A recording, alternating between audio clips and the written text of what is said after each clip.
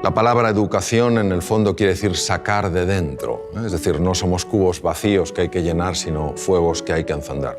Y en este sentido me gustaría contaros una historia que a mí personalmente me ha marcado mucho. He hablado en distintos foros sobre esta historia porque señala lo que para mí es la diferencia entre profesores y maestros. En 1951, en la ciudad de Detroit, nace un joven, un chico de color, que pronto nota lo que es la pérdida, porque siendo jovencito el padre se va y se queda la madre, una mujer que no tenía estudios, una mujer que se había dedicado a cuidar de sus hijos, y se ve con esta situación, con la situación de que tiene que sacar adelante una familia. Se dedica a limpiar apartamentos, a limpiar hospitales, etcétera, etcétera. Y claro, cuando uno ha vivido en la ciudad de Detroit, como he vivido yo trabajé en un hospital que se llama Henry Ford, en neurocirugía. Cuando uno ha vivido en la ciudad de Detroit, pues se da cuenta que Detroit es una ciudad apasionante, pero en ciertas épocas de la historia ha sido una ciudad bastante complicada.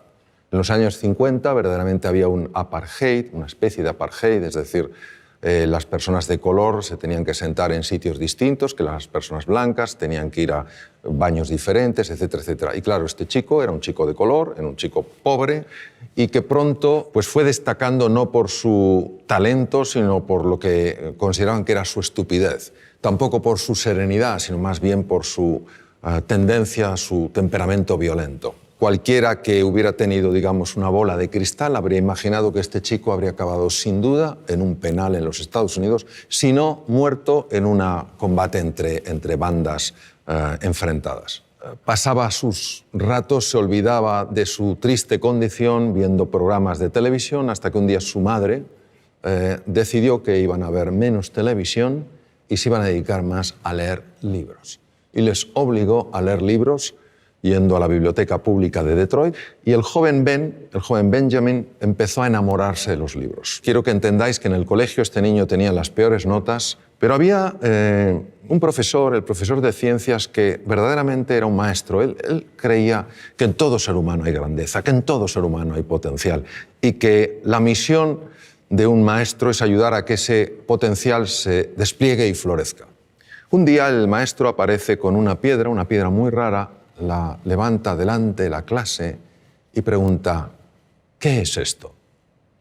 Se produce un silencio porque nadie sabe lo que es eso, salvo una persona, que ya os imagináis quién era: Benjamin. Pero Benjamin era el tonto de la clase. La primera pregunta es ¿por qué lo sabía Benjamin? Benjamin lo sabía porque en la biblioteca pública se había dedicado a leer libros de ciencias y por casualidad o sincronicidad, quién sabe, había encontrado libros sobre minerales y había una foto de esa piedra. Pero ¿vosotros pensáis que el tonto de la clase se atreve a hablar? No, porque tú mismo ya matas la respuesta antes de que nazca, es imposible. Si no lo sabe el resto, tengo que estar equivocado, aunque parezca que estoy en lo correcto. Pero el profesor sostenía en la roca: de verdad que nadie sabe lo que es esta roca. Y tímidamente el joven Benjamin alzó la mano. Es muy fácil decir: venga, Benjamin, ¿cómo lo vas a saber tú? Si tú no sabes nada. Pero aquel profesor mantuvo un espíritu curioso, interesado. Él sabía que en todo ser humano hay grandeza. La buscaba. Benjamin, ¿tú lo sabes? Sí. ¿Qué es? Obsidiana. Correcto. Pues ¿sabes algo más de la obsidiana? Y vaya que sí sabía el joven Benjamin. Empezó a hablar sobre la obsidiana, las temperaturas elevadísimas, luego el frío, cómo cristaliza la roca, etcétera, etcétera. Supuso un antes y un después en la vida de este chico, porque este chico recuperó la confianza en sí mismo. Creyó que era posible aprender. Creyó en sí mismo. Este chico pasó de ser el último de la clase a ser el mejor estudiante de su colegio. Hizo realidad su más profundo sueño, que era absolutamente imposible: ser médico.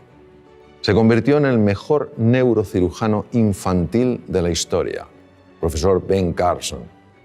Ben Carson en 1987 hizo una operación de separar a dos gemelos siameses unidos a nivel craneoencefálico.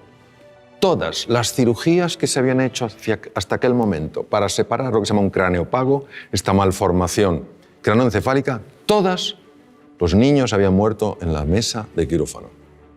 En esta operación, en 1987, intervinieron 70 profesionales de la medicina y duró 22 horas.